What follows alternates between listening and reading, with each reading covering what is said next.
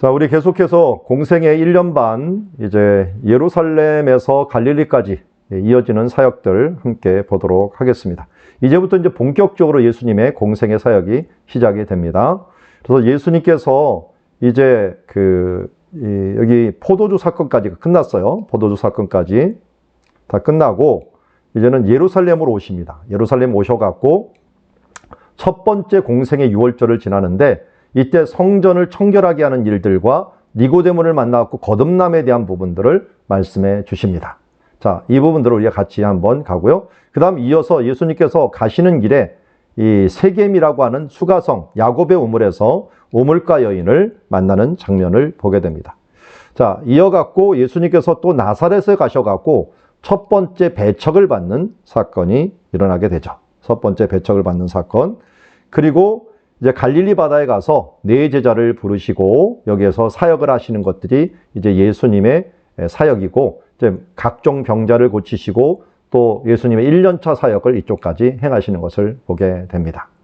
자, 그것을 간단히 또 보면은 이제 성전 청결 8번째 하고 우물가 여인 만나고 9번째 이제 나사렛 사역하시고 갈릴리 바다 근처 가버나움이죠. 특별히 가버나움 근처에서 네 제자, 귀신 장모, 나병, 중풍병자 고치는 일들을 하시는 것을 보게 됩니다.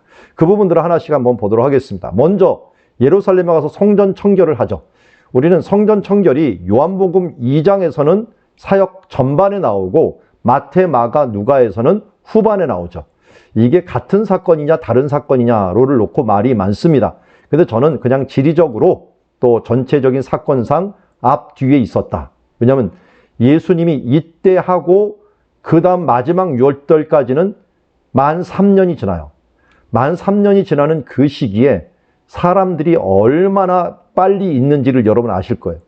1년 지나면 거의 잊어버려요. 그러니까 만 3년 안에 여기서 사람들을 다 내쫓는 그런 일들을 했는데 똑같은 일이 벌어진 거예요.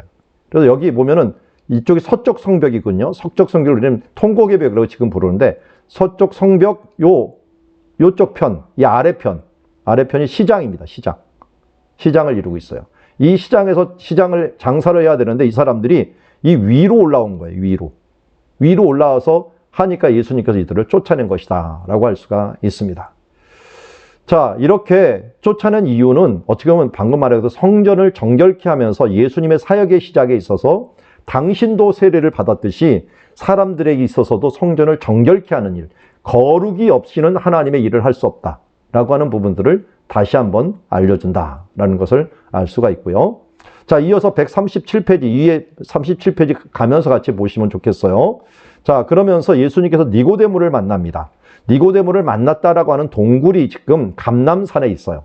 감람산, 겟세마네 동산 북쪽, 바로 북쪽에 니고데모 동굴이 하나가 있는데요. 거기 보면 니고데모를 만나는 이 그림이 하나가 돼 있어요. 이렇게 그리고 예수님과 니고데모가 만나는 장면을 해놨는데, 우리가 잘 알듯이 율법 학자였던 니고데모가 이때 말했던 주제가 뭡니까? 어떻게 하면 사람이 영생을 얻겠습니까? 라고 하면서 맞아 예수님께서는 거듭나지 않으면 천국에 갈 수 없다 라고 해서 이 거듭난다는 말이 뭡니까? 다시 어떻게 태어납니까? 라고 했더니 바람이 임의로 불매 내가 그 소리를 들어서 어서 가서 어디로 나는지 못하나니 성령으로 난 사람도 그러하니라 하면서 한마디로 이걸 요약하면은 성령으로 난다는 것은 바람과 같다라는 거예요. 이걸 다시 물으면 이 성령은 바람과 같다. 이걸 히브리어로 쓰면은 루아흐는 루아흐와 같다라는 거예요. 그래서 성령과 바람이 단어가 똑같아요. 그 워드플레이를 한 거죠. 워드플레이. 예수님도 이 성령이 성령으로 거듭나는 게 뭐냐? 바람과 같은 것이다. 루아흐는 루아흐와 같은 것이다. 라는 것을 말씀해 주셨어요. 이것은 이 예레미야서 1장 11절 12절에 보면은 이 예레미야에게 하나님께서 뭐라 하냐면 예레미야 무엇을 보느냐 했더니 내가 살구나무를 봅니다 라고 했더니 그래 내가 내 말을 지켜 그대로 이룰 것이다 라는 표현을 쓰는데요. 여기에서 지키다 라고 하는 이 표현하고요, 살구나무라는 표현이 여기 쇼케드라는 말로 발음이 비슷한 발음이에요. 그래서 이것도 이 예레미야에서는 이걸 딱 보면서 워드플레이라는 거예요. 한마디로 이러는 거예요. 너 뭐 보냐? 나 샤케드 봅니다. 그래, 나 너 쇼케드 하고 있어.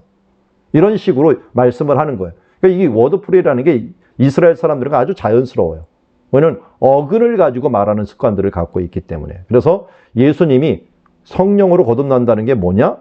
루아크로 난다는 것, 루아크로 나는 것과 같아. 이렇게 표현을 한 것이라고 할 수가 있습니다. 그리고 나서 예수님께서는 뭐라고 말씀하냐면 광야에서 모세가 광야에서 뱀을 든 것 같이 인자도 들려하리라 하면서 예수님의 죽음이 어떻게 될 것인가를 알려주죠. 그래서 광야에서 뱀을 든 것처럼 예수님도 십자가에 달려서 죽으심으로 구원을 받고 광야에서 사람들이 뱀을 바라보며 구원을 얻은 것처럼 예수님의 죽으심의 십자가를 바라보며 믿는 자들은 구원을 얻는다라는 것을 아는 거죠. 그래서 믿는 자마다 영생을 얻게 한다. 광야의 그 뱀, 그거는 어떤 보이지도 않게 조그만 뱀이에요. 그것을 보려면 사람들이 이 뱀에 물린 사람을 들것을 들고 나왔어야 돼요. 이게 너무 멀리 퍼져 있기 때문에. 그들이 나와서 믿음으로 나와야지 그것을 볼 수가 있었거든요. 여기도 마찬가지예요. 믿음으로 예수로 나오는 자들에게 바로 영생을 주실 것이다 하면서 우리가 잘 아는 요한복음 3장 16절이 있게 됩니다. 하나님이 세상을 이처럼 사랑하사 독생자를 주셨으니, 이처럼은 뭡니까? 독생자를 주기까지 사랑하사 독생자를 주셨으니 이는 저를 믿는 자마다 영생을 얻게 하려 하심이라. 저는 이거 노래로 여러분들 아시죠? 하나님이 세상을 이처럼 사랑하사, 이거 어렸을 때부터 정말 많이 부르게 해야 됩니다. 어느 정도 부르게 했느냐? 치매 걸려도 잊어먹지 않게 해야 돼요. 왜 치매 걸려도 잊어먹지 말아야 돼요? 천국 문에 갔을 때 너는 어떤 근거로 천국에 들어올 수 있느냐 하면은 나도 모르게 하나님이 세상을 이처럼 사랑하사, 요한복음 3장 16절 이 말이 나오면 어떻게 돼요? 자동으로 천국 통과합니다. 왜? 이 말의 근거에서. 하나님은 법치주의잖아요. 법의 근거에서 나가는 거예요. 근데 치매 걸리면 기억이 잘 안 나. 근데 치매 걸려도 기억나는 건 뭡니까? 어려서부터 듣던 말씀이. 그래서 우리가 이 말씀을 기억나갖고 나도 모르게 입에 나올 수 있도록 이 말씀을 기억해 놓는 것이 무엇보다 필요합니다. 그래서 우리 어렸을 때부터 이 노래, 가족 노래로 잘 하면서 꼭 기억하셨다가 우리 주님이 어떻게 구원하는가? 저를 믿는 자마다 영생을 얻는다라는 걸 알려주는 게 좋겠습니다. 이게 니고데모 때문에 얻은 최고의 유익입니다. 여러분, 이 우문 우답, 현문 현답이라는 것 아시죠? 그래서 참 니고데모가 이 현문을 했기 때문에 현답이 나왔죠. 그래서 좋은 질문을 하는 거 굉장히 중요합니다. 좋은 질문을 통해서 좋은 이런 답이 나온다는 것, 정말 우리가 빚진 것이라고 할 수가 있죠. 이제 요한복음 4장에 오면 예수님께서 사마리를 통과하여야 한다라는 말을 써요. 요한복음 4장 앞에 3장에 보면은 예수님께서 바로 이 베다니 근처에서 세례를 주고 있었어요. 베다니는 넘어가지 않고 이쪽 편에서 세례를 주고 있었는데, 세례를 예수님이 준 게 아니라 제자들이 주었다라고 해서 3장에 나오고 있는데, 여기에 있다가 예수님께서 갈릴리를 가시려고 해서 특별히 나사렛을 가시려고 했는데, 가시려면 제일 편한 길은 베레아 길입니다. 이 길을 따라서 같이 이렇게 가면은 빠르고 안전합니다. 빠르고 안전해요. 왜냐면 여기가 평길이에요. 평평한 길이에요, 이쪽은. 그리고 여기는 유대인들이 사는 길이에요. 유대인들이 사는 길. 근데 문제는 예수님이 갑자기 사마리아라고 하는 이 지역을 통과합니다. 사마리아. 여기는 산으로, 이게 실로까지 올라오려면 여기가 마이너스 400. 이쪽은 1000m가 넘어요. 1000m가. 1000m가 넘으면 1400m로 올라와야 돼요. 그리고 중간에 광야예요, 또. 그리고 이쪽에는 사마리아인들은 위험해요. 왜냐면 유대인들과 적대적이기 때문입니다. 그런데도 뭐라 그랬어요? 여기는 에데이라는 말을 썼는데 영어로는 head to. 이걸 현재 영어로 하면 have to. 다른 말로는 must. 가야만 한다라는 표현이에요. 그래서 통과하여야 하겠는지라 라고 하는 표현은 의무적이에요. 왜 가야만 했을까요? 편한 길을 놔두고 왜 어렵고 위험한 길을, 먼 길을 가려고 했을까요? 그것은 사마리아 여인의 이야기를 보면 알 수가 있습니다.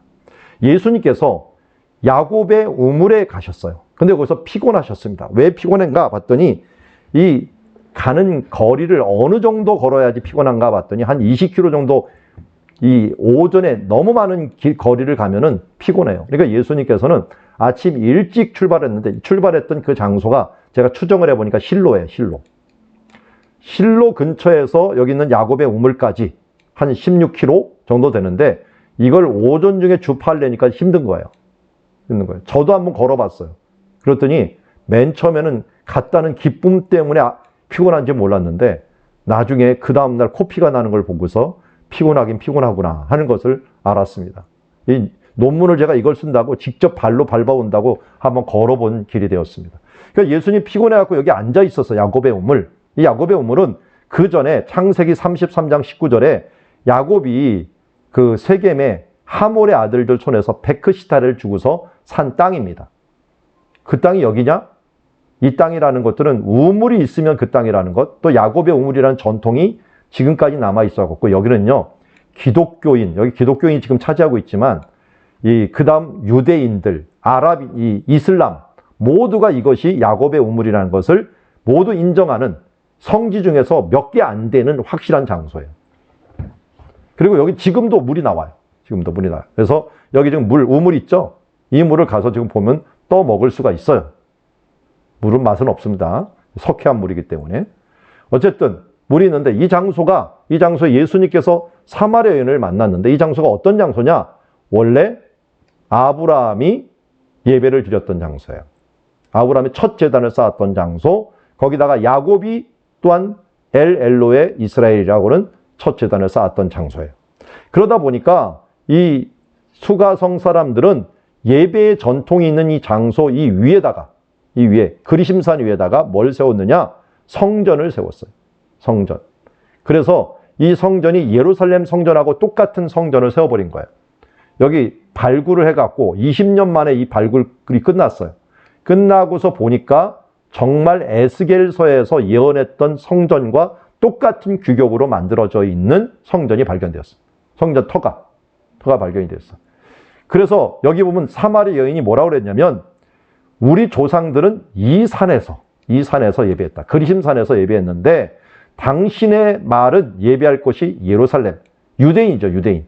유대인들은 예루살렘에 있다라고 우리는 여기 있다라는데 어디서 예배하냐 그랬더니 예수님께서는 예배할 때가 오나니 바로 이때라 하면서 어떤 게 중요하냐? 하나님의 영이시니 예배하는 자가 영과 진리로 예배하는 것들이 중요하다 하면서 어떤 장소 이것이 중요한 것이 아니라 어떻게 예배하느냐, 영과 진리로 예배하는 것들이 중요하다 하면서 그 영과 진리로 예배를 그러면 어떻게 합니까? 라고 물어봤더니 바로 메시아가 오시면 이것을 알려줄 것입니다. 이 여자가 얘기했더니 메시아가 나로다 라고 얘기했고 바로 그때 이 여인이 예수님이 당신이 메시아는 걸 알고 사람들에게 뛰어가고 메시아를 보았다 라고 했고 그를 데리고 오죠, 사람들을. 그래서 데리고 와서 예수님께 이곳에 모이면서 그들에게 말을 해주면서 이 사람들이 그 말을 밤새도록 듣고 그 다음 뭘 인정해 주느냐? 당신은 세상에 오신 우리의 구주입니다 하면서 유대인들이 인정하기 전에 먼저 사마리아인들이 예수님을 구주로 인정하는 일들이 일어난 것을 보게 됩니다. 이러므로 여기 예수님이 오신 이유가 뭐냐 봤더니 바로 이 수가성 여인에게 뭘 알려주려고 하는 거예요. 예배에 대하여 알려주는 거예요. 예배가 어떤 거냐. 왜냐하면 아브라함의 예배, 야곱의 예배, 그 다음에 여호수아가 여기에 그리심산과 이 에발산 사이에서 바로 언약궤를 놓고서 축복과 저주를 하는 언약의 예배를 드렸던 장소이거든요. 그런 아브라함의 예배, 이 야곱의 예배, 여호수아 예배가 있었던 그것도 모두가 무슨 예배냐? 첫 예배가 있었던 그 장소에서 예수님은 예배에 대한 부분들이 무엇이냐 하는 것들을 알려주기를 원했기 때문에 이곳을 위험을 각오하고 이곳을 들려서 갈릴리로 가셨다 하는 것을 알 수가 있습니다. 그래서 예수님께서는 의도적으로 지리적인 성취를 하기 위하여 요단강에서 세례를 받으셨지만 여기를 찾아오는 것들도 바로 예배의 전통이 있는 곳에서 참된 예배가 무엇인가 하는 부분들을 알려주기 위해서 이곳에서 그 사마리아 여인과 함께합니다. 왜 또 하필이면 사마리아 여인이냐? 그 뒤로 여호수아 이후로 이곳이 예배가 오염이 됩니다. 특별히 여기에 그 다음 기드온의 아들이 이름이 뭐죠? 아비멜렉이 여기서 이 여호수아의 그 제단이 있는 곳에서 형제들을 다 죽이고 자기가 왕이 돼버리고요. 그 다음에 조금 있다가는 이곳에 산발랏이 여기다 잘못된 성전을 또 세우고요. 이러면서 이곳이 막 오염이 돼버린 거예요. 그러면서 그 오염의 산실이 누구였느냐? 사마리아 여인이었어요. 그 사마리아 여인이 자기 남편이 다섯이라고 하는 것이 다섯 민족이 여기 와갖고 섞여 살면서 이 혼합신앙을 이루고 있었던 것을 보게 됩니다. 그런 의미도 같이 갖고 있어요. 그러다 보니까 뭡니까? 예수님께서 이곳에 오셔서 참된 예배가 무엇인가, 오염된 예배의 현장 가운데서 참된 예배가 무엇인가를 말씀하신 장소가 되었다 하는 것을 알 수가 있습니다. 자, 이어서 이제 예수님께서는 갈릴리로 가시게 되는데요. 갈릴리로 가셔서 행하셨던 일들을 보는데, 갈릴리를 아까 말씀을 드렸어요. 왜 이방의 갈릴리라고 불렀느냐? 주변이 보니까 수리아, 데가볼리, 사마리아, 베니게 사람들이 모두 갈릴리 주변에 포진하고 있어요. 그러니까 이방에 둘러있는 갈릴리. 또 왜 흑암의 이 안전 백성이냐? 여기가 뭐가 지나냐면 해변길이 이렇게 지나요. 수리아까지.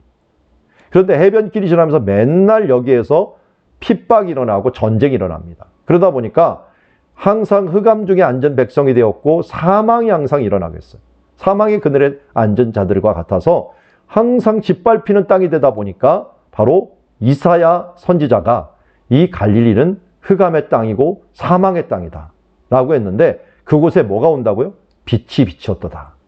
여기 큰 빛이라고 하는, 큰 빛이 비치다라고 하는 것들을 이사야가 9장 1절에 예언을 했는데, 1장 2절에 예언을 했는데, 마태복음 4장 15절에는 왜 예수님이 왜 여기 와서 일을 했느냐? 그것을 어떻게 해요? 이루려 하심이라. 이 일들을, 여기 있는 이 예언을 이루려고 일부러 갈릴리에 오셨다라고 말씀하고 있는 것을 보게 됩니다. 자, 그래서 예수님이 일하셨던 그 장소, 여기 갈릴리 바다를 이름하여 네 가지의 이름으로 부릅니다. 갈릴리 바다, 긴네렛 바다, 게네사렛 호수, 디베랴 바다. 자, 왜 이렇게 부르냐? 갈릴리에 있으니까 갈릴리 바다. 이 모양이 하프 모양, 키노르라고 하는 말이 하프인데 키노르 바다다. 그래서 킨네렛 바다라고 부르고, 그 이름이 헬라어로 변하면서 아마 게네사렛이라고 부르기도 하고, 또 마을 이름이 게네사렛 혹은 간 에세로 10개의 동산이 있는 곳이다 라고는 표현도 됩니다. 그래서 게네사렛 옆에 있으니까 게네사렛 호수라고 불렀습니다. 그리고 디베랴 바다, 이 디베랴라고 하는 도시가 있으니까 디베랴 바다. 여기 구약 성경에는 게네사렛 바로 옆에가 긴네렛이라고 하는 마을이 있었어요. 마을. 그래서 긴네렛 바다. 마을 3개하고도 관련이 있고요. 지역 하나, 전체 지역이 갈릴리이기 때문에 갈릴리 바다다고 이름을 불렀습니다. 자, 그리고 주변에 있는 도시들을 한번 보세요. 예수님이 주로 사역했던 가버나움 요 위에 요단강이 내려와요. 요단강이 내려오는데 요단강 건너편이 베세다예요. 여기가 예수님께서 가장 많은 사역을 했던 장소입니다. 그리고 위에 고라신까지.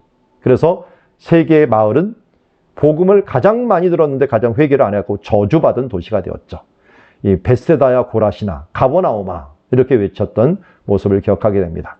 그리고 여기에서 이 서쪽 편에는 유대인들이 많이 살았어요. 그래서 막달라 마리아의 고향이었던 막달라가 있고, 이 옆에 수도 역할을 했던 디베랴가 있고, 게네사렛 또 이 도시가 있습니다. 그리고 건너편에는 데가볼리 지방의 가장 큰 도시가 거라사였는데, 그래서 데가볼리 지방이라고도 불렀고 거라사 지방이라고도 이름을 불렀습니다. 이곳에서 예수님이 보면은 수리아, 데가볼리, 예루살렘, 유대, 요단강 건너편 이런 표현인데, 여기에서 요단강 건너편 쪽이라고 이쪽을 부르게 되죠. 자, 이쪽은 갈릴리는 호수입니까? 바다입니까? 그런데 히브리어로 얌이라고 하는 단어를 써요. 얌. 이 얌이라고 하는 단어는 호수도 되고 바다도 됩니다. 그런데 이스라엘 사람들에게는 뭐가 없느냐? 구분이 없는 거예요. 그러다 보니까 마태, 마가, 요한은 히브리인이다 보니까 모두 바다라고 하는 표현을 썼고, 누가는 이방인이다 보니까 호수라고 하는 이름을 썼습니다. 그래서 게네사렛 호수, 그러면 누가가 쓴 거죠. 그리고 주변의 땅을 한번 보세요. 주변의 땅 보면은 여기 노란색으로 되어 있는 부분과 찐 노란색이 되어 있어. 여긴 이 충적토라고 하는 것은 뭐 이 땅이 밑으로 내려와 갖고 여기에서 이제 어떻게 보면 옥토가 된 거죠. 이제 흘러내린 땅인데, 그 중에 현무암이 제일 많아요. 주변에 현무암. 아, 오늘 참 지질학 박사님이 여기 계시는군요. 여기 그 현무암이 이렇게 녹아갖고 내려왔는데 요 옆에 딱 하나가 뭐가 있냐면 석회암 지역이 있어요. 석회암 지역. 좀 멀리 있죠. 근데 이 석회암을 나중에 이쪽으로 가져갖고 회당을 만드는 게 가버나움 회당이에요. 나중에 가버나움 회당만 석회암으로 흰색으로 되어 있는 것을 보게 됩니다. 물론 뭐 백악층도 있고요. 그래서 요 두 가지, 현무암은 붉은 검은색을 띠고 석회암은 흰색을 띠죠. 흰색을 띠는데 그래서 이쪽 석회암을 가져오면 흰색으로 건물을 만들 수 있다 하는 걸 알 수가 있습니다. 자, 아까 말씀드렸듯이 주변에는 수리야, 베니게, 그리고 데가볼리, 이쪽으로는 사마리아가 있어서 이 갈릴리를 이방의 갈릴리다 표현을 했다 하는 말씀 보시고, 예수님이 사역했던 장소는 북쪽에 있는 가버나움이에요. 자, 이쪽이 동쪽이라 해서 항상 위가 동쪽, 그리고 왼쪽이 북쪽이에요. 지도를 제가 할 때는. 자, 여기 가버나움에 있었는데 가버나움을 갖다가 뭐라고 불렀느냐? 본 동네라고 불러요. 본 동네. 예수님의 본 동네. 예수님의 본 동네는 마태복음에서 두 군데를 얘기해요. 나사렛과 가버나움. 그래서 예수님의 집중적으로 사역을 했던 장소는 사실은 가버나움이었다. 가버나움의 뜻은 위로의 마을이라는 뜻을 가지고 있습니다. 위로의 마을. 자, 그래서 예수님은 보면은 이 위로의 마을에 와서 위로의 사역을 하셨다. 그러는 것을 알 수가 있습니다. 방금 말했던 이 회당이 석회암을 가져와서 이 현무암의 땅 있는 곳에다가 석회암으로 만들다 보니까 눈에 딱 띄는 이런 모양이 되었다 하는 것을 알 수가 있습니다. 자, 1년 동안 갈릴리 사역에서 어떤 일을 하셨는가 하는 것을 봅니다. 먼저 갈릴리로 가실 때 나사렛을 먼저 들리시죠. 나사렛. 이게 나사렛 있는 곳은 지금 마을이 너무 커졌는데요. 예전에 이곳에 가셔서 회당이 있는 곳에서 바로 예수님께서 예수님의 사역에 대한 부분들을 누가복음에서 예수님이 4장에서 하실 일, 그것을 이사야의 글을 읽으면서 예수님이 하실 일들을 읽게 됩니다. 성령이 내게 임하였으니 이는 가난한 자에게 복음을 전하게 하시려고 기름을 부으사 나를 보내사 포로된 자에게 자유를, 눈먼 자에게 다시 보게 함을, 그리고 눌린 자에게 자유를 전파하게 하십니다. 그래서 주의 은혜에 희년을 전파하게 하려 함이라 라고 하는 표현을 쓰고 있습니다. 이런 표현을 쓰는 것들은 바로 예수님이 하실 일을 얘기하는 거죠. 그러니까 사망의 이 쇠사슬에 있는 우리들에게 바로 이런 부분들을 자유를 주기 위한 이런 표현이다 하는 것들을 예수님이 하실 일, 바로 복음을 전해갖고 우리가 사망의 법에서 생명의 성령의 법으로 거듭나기를 하는 은혜를 전파하는 것이 예수님이 하실 일이다 하는 것을 알 수가 있고요. 그리고 일어나 동네 밖으로 가서 이 일들을 말하고, 또 예수님 또 여러 말씀을 하셨죠. 뭐 선지자가 고향에는 환영받지 못한다 하면서요. 어떻게 하면 여기에서 거절을 받고요. 이 위에, 여기가 여기입니다. 여기. 이쪽으로 몰아가갖고 여기서 이 밑에가 이쪽이 낭떠러져 있거든요. 낭떠러져 밀어 죽이려고 했던 거예요. 물론 어떤 사람은 이쪽에 있는 산을 말하는데 그건 너무 멀어요. 이쪽에 산이 있는 곳에 떨어져 죽이려고 했는데 예수님께서 이쪽에 유유히 나왔죠. 어떤 사람은 그때 무슨 말을 하고 나왔을 것인가 했는데 아마 이런 말을 하지 않았을까 하는 어느 전도사님이 말했는데 아주 기발했습니다. 너희들 안식일에 걸어야 될 길을 넘었다라고 하고서 나왔다고 합니다. 왜냐면 안식일에 2000규빗 이생을 못 걷게 돼 있거든요. 그런데 너희들 넘은 것 같다 하면서 말하고서 그냥 나왔다라고 하는 말을 하기도 하는데 그건지 아닌지는 모르겠고, 어쨌든 예수님께서 째려보고 나왔는지 뭐하고 나왔는지 거기서 피하여 나왔습니다. 나와서 어디로 갑니까? 이제 갈릴리로 가셔갖고 우리가 잘 아는 대로 네 제자를 부르고 귀신, 장모, 나병, 중풍병자를 고치는 일들을 행하십니다. 자, 그 부분들을 보고 여기 벳세다, 가버나움, 고라신에 가서 예수님께서 주요 사역을 하고 계신다 하는 것을 알 수 있고요. 이 갈릴리 주변에서 특별히 말씀하실 때는 사람들이 너무 멀리 몰려가고, 여기 누가복음은 게네사렛 호수라고 얘기했죠. 호숫가에 서서 말씀을 하셨는데 맨 처음에 이렇게 말씀하셨어요. 근데 사람들이 너무 많이 오니까 바람이 또 이쪽에서 이렇게 불었어요. 낮에는, 아침부터 낮에는 이쪽에서 이렇게 봅니다. 바닷가에서. 그러니까 예수님이 바로 바닷가에 서갖고 말씀을 전하시게 됩니다. 전하시다가 이제 제자를 4명을 부르시게 되는데 어떻게 되느냐. 바닷가에 섰을 때 바람이 이렇게 불어가니까 여기 사람들이, 수많은 사람들이 서고 예수님께서는 배를 사용해갖고 여기서 이 사람들에게 이야기합니다. 특별히 누구의 배였습니까? 시몬의 배였습니다. 시몬은 과거 요한복음 1장에 보면 세례 요한이 이 예수님을 따르라고 했던 안드레가 소개를 이미 해준 바예요. 그러니까 본격적인 제자는 되지 않았는데 이미 예수님을 알고 가나의 혼인잔치 기적도 체험을 했던 사람이라고 할 수가 있습니다. 그런데 여기서부터는 이제 본격적인 제자로 부름을 받게 되는 거죠. 그래서 깊은 데 가서 그물을 던지고 고기를 많이 잡고 나서 이제 예수 그리스도의 부름받은 이 사람이 되어서 사람 낚는 어부로서 부름을 받게 되는 것을 보게 됩니다. 깊은 곳은 어디냐? 이 중심부에 있는 그곳이 약 50m 정도 되는 곳이 가장 깊은 곳이다 하는 걸 알 수 있고요. 그 배가 2000년 전 배가 발견이 됐어요. 진흙탕 속에 있었던 배가. 그래서 게네사렛이라고 하는 곳에서 지금 전시가 되어 있는 것을 보게 됩니다. 그래서 예수님 시대에 배가 어떻게 생겼고 어떤 재질로 만들었고 어떤 모양이었는가 하는 것들이 이 모자이크로도 알게 되었는데 모양으로도 크기로도 정확히 알게 되는 일들이 발견이 되게 된 것을 봅니다. 참 이런 거 보면 2000년 전에 배가 안 썩고 진흙탕 속에 있다가 발견되는 건 이건 기적이죠. 그래서 하나님의 이 정말 이 유물 보존 실력은 대단합니다. 대단해요. 이런 것들을 보면. 그런데 왜 그들은 어부였을까? 왜 예수님은 어부를 집중적으로 불렀을까? 봤더니 아까 이유로 아시겠죠? 배를 빌리기 위해서. 그래서 어부 중에서 특별히 배 주인을 많이 불렀습니다. 베드로도 배 주인이었고 그리고 세베대의 아들들도 배 주인이었고 그래서 배 주인 것들을 많이 빌려갖고 말씀을 전하는 데 사용했고 또 이동해갖고 건너편을 가실 때도 많이 사용했던 모습을 보게 됩니다. 그렇다고 어부 배 주인이기 때문에 빌렸다라고 하면 철석같이 믿으면 안 됩니다. 어쨌든 하나님께서는 이런 모든 사람들의 가지고 있는 것들을 사용하셨다라는 건 분명합니다. 각자의 가지고 있는 것들을 사용해서 했다는 걸 알 수가 있고요. 또 베드로는 가난한 사람은 아니었다라는 정도는 우리가 알 수가 있습니다. 자, 그리고 바닷가 근처에서 세금을 걷는 사람이 있었어요. 이 세금은 어부에게 세금을 걷는 것들이 있었고요. 여기 조금 있다가 벳세다 쪽과 이 요단강이 하나가 있는데요. 요단강과 가버나움이 국경이었어요. 국경세를 받는 사람일 가능성도 높아요. 둘 중에 하나였을 겁니다. 그런데 이걸 지키고 있던 마태를 예수님께서 알페의 아들 레위라고 표현했는데 나중에 마태복음에서는 마태라고 표현했는데 세과제에 앉아있는 것을 부르게 됩니다. 그래서 마태가 나중에 사람들을 대접을 하죠. 대접을 해갖고 알페의 레위가 나를 따르라며 따르고서 많은 세리들과 예수님께서 식사를 하시니까 왜 죄인들과 함께 잡수시나? 이 식사하는 자리가 뭐라 그랬어요? 예배. 하나의 예배이기 때문에 예배를 갖다가 어떻게 보면 이렇게 부정한 사람들과 함께 할 수 있느냐라고 말하는 거나 마찬가지예요. 그래서 예수님께서는 건강한 자에게는 의사가 쓸데없고 병든 자에게 의사가 왔다. 나는 의인을 부러운 것이나 죄인을 부러워하느라 하면서 마태라는 세관에 앉은 사람을 불러갖고 사용하신 것을 봅니다. 이 마태가 그 뒤로 정말 잘 사용되죠. 그래서 마태가 원래 이름이 레위라고 불렀잖아요. 레위 지파일 가능성이 높아요. 근데 레위 지파에서 뭔가 몰락을 했는지 세리를 하고 있었던 거예요. 죄인이 돼 있는 거예요.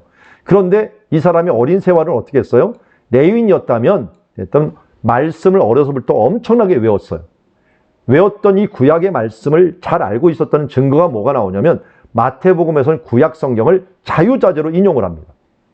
마가복음, 누가복음 이런 데서는 인용을 못해요. 그런데 마태는 구약 성경을 이루려 하심이라, 뭘 이루려 하심이라 하는 말들을 계속 나오는 것들은 마태가 레위인이었을 가능성이 높다라는 거예요. 그리고 세리였다 보니까 꼼꼼해요. 아주 조직적으로 그 말씀을 기록한 면에 있어서는 정말 존경받는 그런 신학자가 되어버린 것을 보게 됩니다. 이렇게 하나님께서는 각자의 은사들을 이렇게 잘 사용하신다 하는 것들을 알 수가 있고요. 그리고 세리와 함께 죄인들과 함께 식사를 가지는 것들은 왜 이렇게 위험하냐? 현재도 보면 이 코셔라고 하는 표현이 있는데 여기 코셔라고 써 있죠. 코셔라고 하는 유대인 음식법이 있어요. 음식법.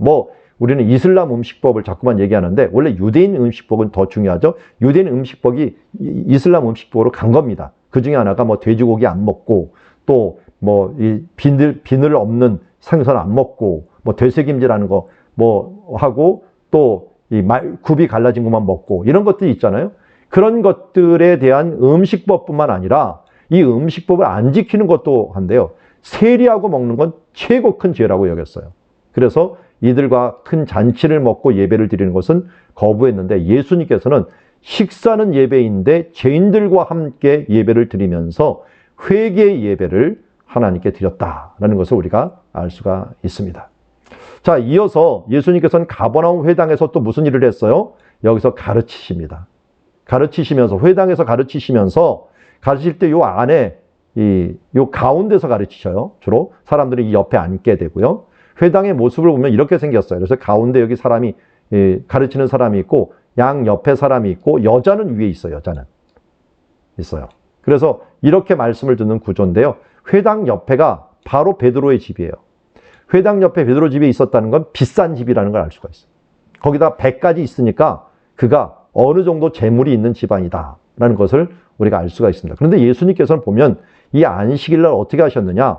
회당에 들어가 가르치셨어요. 그리고 해질 때까지 병자들을 고치시고 복음을 전하시면서 어떻게 보면 안식일을 가장 바쁘게 지내셨던 것을 보게 됩니다. 그래서 안식일은 주를 위하여 헌신하는 날이지 결코 그냥 탱자탱자 노는 날만은 아니다라는 것을 예수님이 몸소 보이셨다라는 것을 알 수가 있습니다.